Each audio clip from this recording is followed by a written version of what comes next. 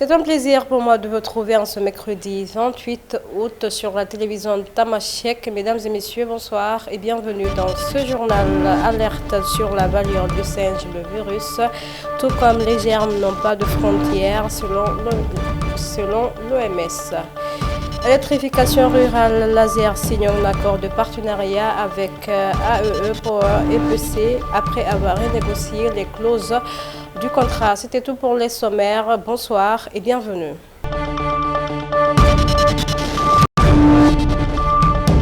Comme je vous disais dans les titres, santé, depuis la déclaration de ce virus de la variole de singe, les autorités sanitaires et l'Organisation mondiale de la santé, OMS, sont à pied d'œuvre pour éradiquer cette maladie lors de l'atelier régional de formation sur le diagnostic moléculaire de virus de la variole du singe. Le professeur Tierno Baldé a évoqué l'importance de cette rencontre. Suivant. Puis la déclaration de cette épidémie-là comme étant une urgence de santé publique de portée internationale, de portée mondiale. Ça, c'est vraiment l'une des actions concrètes que l'Institut Pasteur de Dakar, avec l'OAS et l'Organisation mondiale de la santé, a eu à prendre pour pouvoir renforcer les capacités de préparation et de réponse des 15 pays donc, de la zone donc, de l'Afrique de l'Ouest. Donc c'est un événement vraiment important, je crois, pour nous permettre vraiment de capaciter ces pays-là pour que l'on détecte le plus rapidement que possible, pour que l'on puisse confirmer le plus rapidement que possible, donc avec les outils qu'il faut, les outils de dernière technologie, donc les innovations, les dernières innovations, pour confirmer ces diagnostics-là et prendre clairement les actions qu'il faut pour arrêter cette épidémie-là. Vous savez, pratiquement 95% des cas aujourd'hui sont mentionnés, sont rapportés dans la zone de l'Afrique de l'Ouest et dans la zone de l'Afrique centrale. Donc il est vraiment important pour que tout le monde aujourd'hui là puisse déclencher toutes les actions qui sont nécessaires à être menées donc, pour contrôler cette épidémie. Aujourd'hui, on va dire que l'épicentre aujourd'hui se concentre beaucoup plus en Afrique centrale, donc du côté donc, de la République démocratique du Congo avec le Burundi. Par contre, il y a des cas qui ont été mentionnés ici aussi en Côte d'Ivoire très récemment, donc des cas ont été rapportés. Il y a eu quelques cas aussi, quelques alertes qui ont été rapportées dans certains pays voisins ici. Mais je pense que tous ces pays-là, tous ces États membres aujourd'hui ont pris les dispositions qu'il faut pour qu'elles soient en alerte, comme le disait tout à l'heure le représentant du ministère de la Santé, que ce soit au niveau des aéroports, au niveau des ports, que l'on puisse détecter donc toute transmission venant d'un autre pays. Donc cette collaboration qui est là, je pense qu'il faut la saluer véritablement. Donc une expertise technique très forte de l'Institut Pasteur de Dakar, avec donc l'appui technique aussi de l'Organisation mondiale de la santé, de l'Organisation ouest-africaine de la santé. Je pense que compte tenu de la complexité de cette situation-là, de ce phénomène-là, de ses conséquences potentielles, ce n'est qu'en venant tous ensemble ici que l'on peut essayer de juguler cette problématique qui, je voudrais insister, est une problématique mondiale.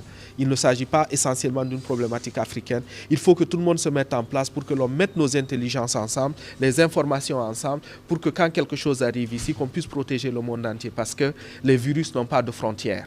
La Covid nous a montré que les virus n'ont pas de frontières, les germes n'ont pas de frontières. Toujours dans le même sillage, lors de l'atelier régional de formation sur le diagnostic moléculaire du virus de la variole du singe, l'Institut Pasteur de Dakar s'active pour la mise en place d'un vaccin contre le MOX. Suivant Dr Abdourahmane Sow, il est le représentant de l'Institut Pasteur de Dakar. Chaque fois qu'il y a une menace régionale ou bien une menace mondiale, on essaie de regrouper tous les professionnels de la santé ici à Dakar pour les former, mais aussi à la fin de la formation, leur donner des outils pratiques qu'ils vont aller faire et être sûr pour être sûr que tous les pays ont les capacités de pouvoir diagnostiquer, traiter et contrôler la maladie. Parce qu'en Afrique de l'Ouest, on est tous, c'est une seule maison. Un problème dans un seul pays va affecter notre pays. Donc c'est vraiment important ce travail collectif, de regrouper, de travailler ensemble pour vraiment être sûr que toute la région est sauve. C'est ça vraiment l'intérêt de ce travail. Maintenant, par rapport à l'Afrique de l'Ouest, aujourd'hui il y a quelques pays qui ont des cas, comme l'a dit le professeur Tierno. On a des cas au Nigeria, en Côte d'Ivoire, au Bénin, au Libéria. Au Sénégal, on n'a pas encore de cas, mais toutes les mesures sont mises en place par le ministère de la Santé pour parer à toute éventualité.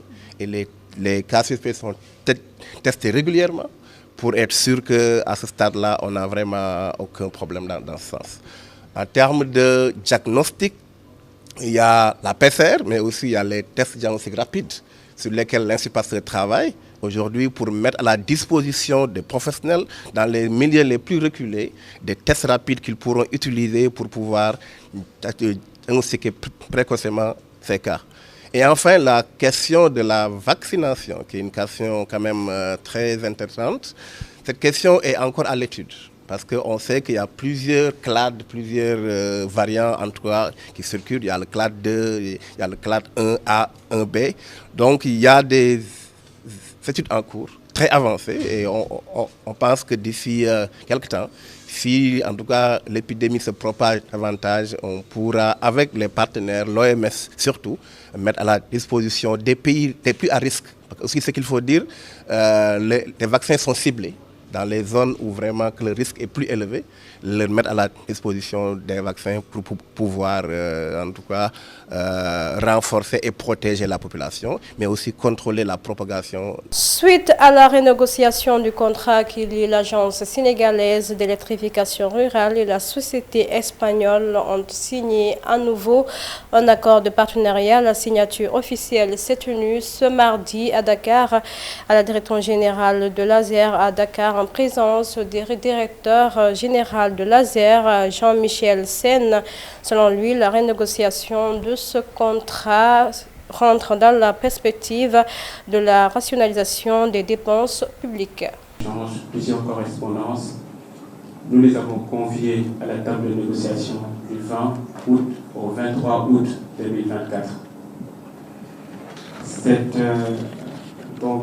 Après plusieurs jours de travail, donc de séances de travail, donc plusieurs échanges, parfois très compliqués, mais quand même émaillés de cordialité, de respect et surtout de courtoisie réciproque. Nous avons convenu les points ci-après.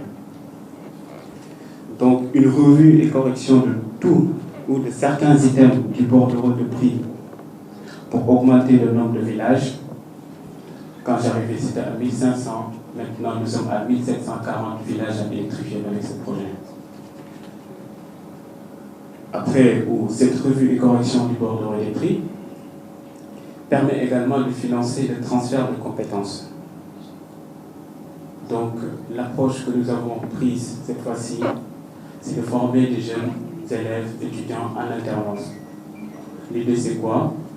Des étudiants qui sont en école d'ingénieur, par exemple, vont être et à l'école et en entreprise, que ce soit à l'ASER ou chez EPC, ou tous les sous-traitants qui travaillent dans le cadre de ce projet-là.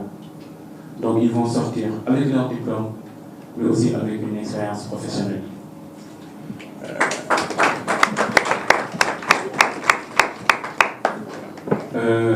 Moi, j'ai été formé comme ça. Quand j'obtenais mon diplôme d'ingénieur, j'avais déjà 4 ans d'expérience professionnelle. Et c'est parce que j'étais en alternance. Donc on s'est dit que, en tout cas, la plupart des projets sur lesquels nous allons travailler au sein de l'ASER, nous allons travailler à reproduire ce même système. L'intégration d'une unité de gestion de projet, donc pour le renforcement de capacité de toutes les parties prenantes de ce projet-là, que ce soit l'ASER. Nous restons toujours à Dakar. Meurtre du danseur Aziz Dabala et son colocataire Wali. La division des investigations criminelles a retrouvé le 7e suspect impliqué dans l'affaire. Selon une source policière, le prévenu a été livré par son père. Pour rappel, 7 personnes sont soupçonnées d'être impliquées dans cette affaire. Ils ont été tués dans leur appartement situé à Pékin. Dans la sous-région au Burkina Faso, un collectif de proches des victimes du récent massacre dans le centre du Burkina accuse l'armée d'avoir forcé les habitants à sortir de la ville, les exposant à une attaque djihadiste qui a fait plusieurs dizaines de morts.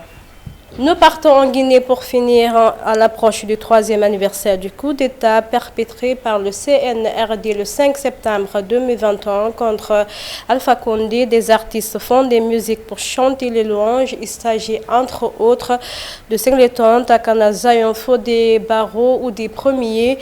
Au même moment, des défenseurs des droits de l'homme dénoncent les dérives du pouvoir en place et la tuerie plus de 50 personnes lors des manifestations.